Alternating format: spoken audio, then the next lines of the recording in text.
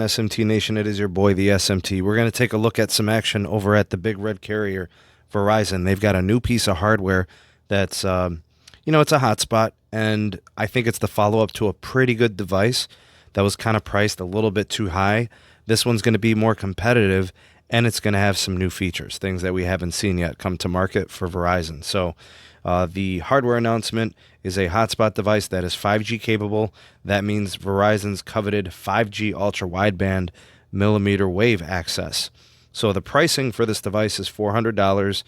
You could pay for it up front, or you could finance it over the course of 2 years, 24 installments over those months, $16.66. The predecessor was priced at $650, so this does offer the successor to be about $250 less.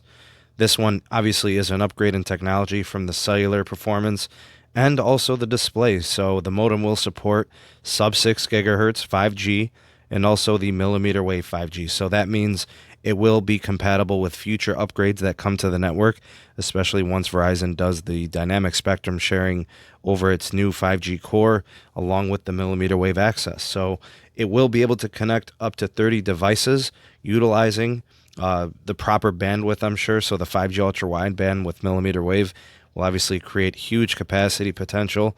It does have a USB-C and a direct tether option, as well as the USB-C for the charging port. It is made by the company Inseego. The MiFi M2100 is the model. So one thing I wanted to show is, since I was talking about this hotspot, are the plans that they are pushing for the access through this device. So if you go to the Verizon website and you select the device and you put it in your cart and you sign up for new service and you start looking at the plans they offer, these are the two you're probably considering. Now, the one on the left, the $80 one, does not include millimeter wave 5G ultra wideband access. The one on the right there, the unlimited with 5G ultra wideband at $90 per line per month, that is the one that does include it.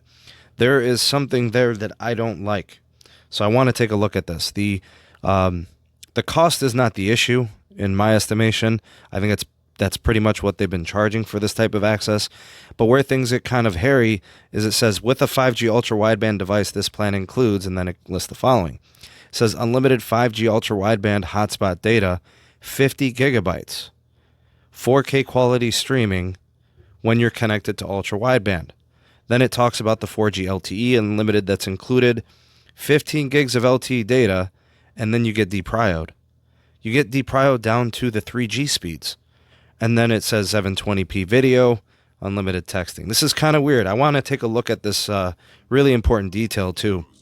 When you click on where it says unlimited 5G ultra wideband hotspot data, that 50 gigs, here's what it says. It says enjoy unlimited 5G ultra wideband data for the first 30 days. After 30 days, your data may be temporarily slower than other traffic in 5G coverage areas after 50 gigs of 5G ultra wideband. Speeds may be reduced up to 3 megabits per second. Downloads over 5G ultra wideband. Uploads initially over 4G LTE, but will not count towards 4G LTE premium data allowance. 5G ultra wideband requires a 5G capable device inside the 5G coverage area. The language is awful, and it makes it seem very, very limited. Why would they deprio after 50 gigs of usage on the ultra wideband? We're talking about connections that exceed gigabit speed. Why would you throttle that? That doesn't make any sense.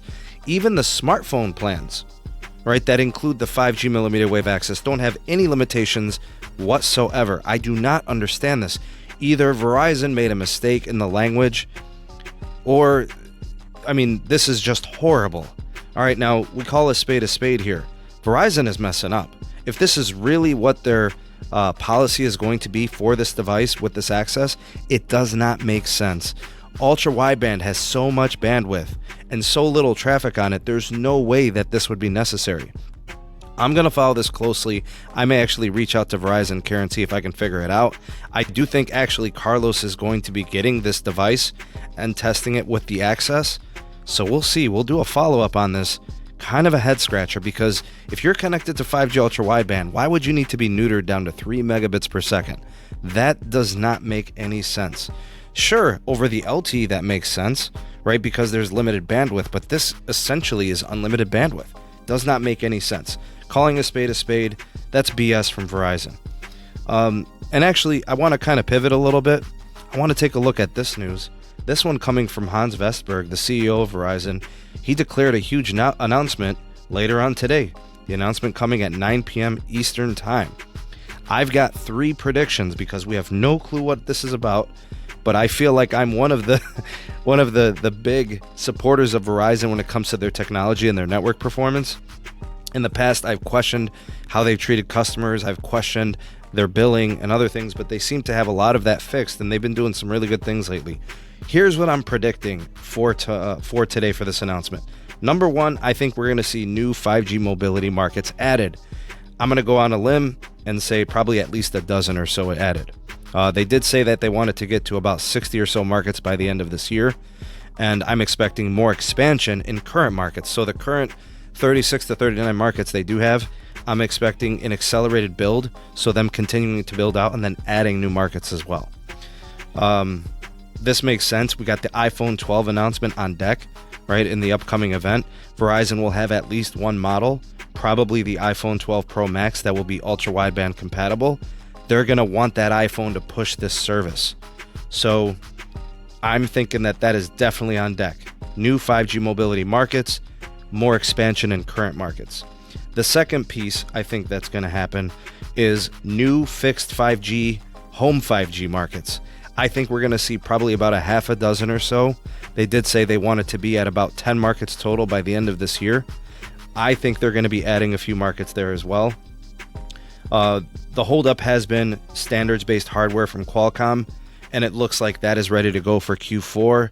I think we're going to see some sort of a hardware announcement as well as markets added. A lot of people were kind of speculating, saying that possibly plan changes, feature changes. I disagree. I don't think there's going to be any plan changes, no feature adds or subtractions. They just did the Disney bundle. They added a ton of value without touching pricing, which is great. They absolutely crushed the root metrics scores and network reports. Their network is strong. Their marketing should reflect this. I think Verizon obviously wants to really kill this concept. They want to drive it home. When you think of 5G, you should be thinking Verizon. So I think their marketing, the root metrics reports, all of that's going to, revolve around all of their network performance as well as their 5G ultra wideband with that great, incredible speed. And lastly, kind of as a bonus, I think this one's going to probably find its way into the announcement as well. I think there's going to be about 10 to 12 new fixed wireless home broadband over LTE markets added. So the root metrics says that they can do it.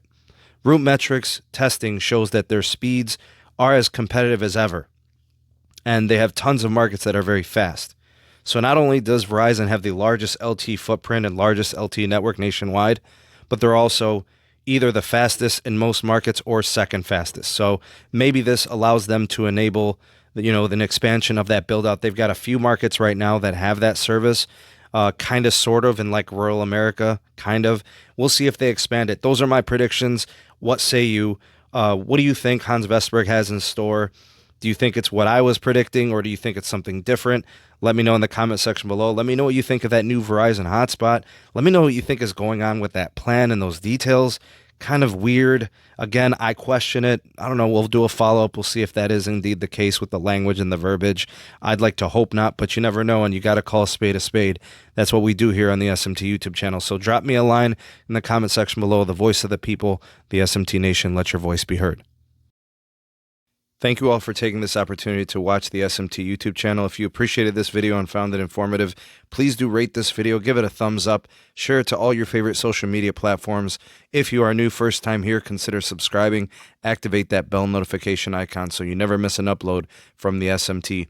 And do check out some of the links in the description box. There's ways to donate. We have the link to the SMT Patreon page, the Twitter handle @SneedTech, where we also do Periscope Lives.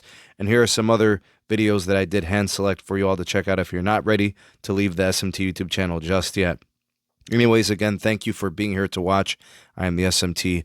Have a great rest of the day, and we'll catch you all in the next video. Peace.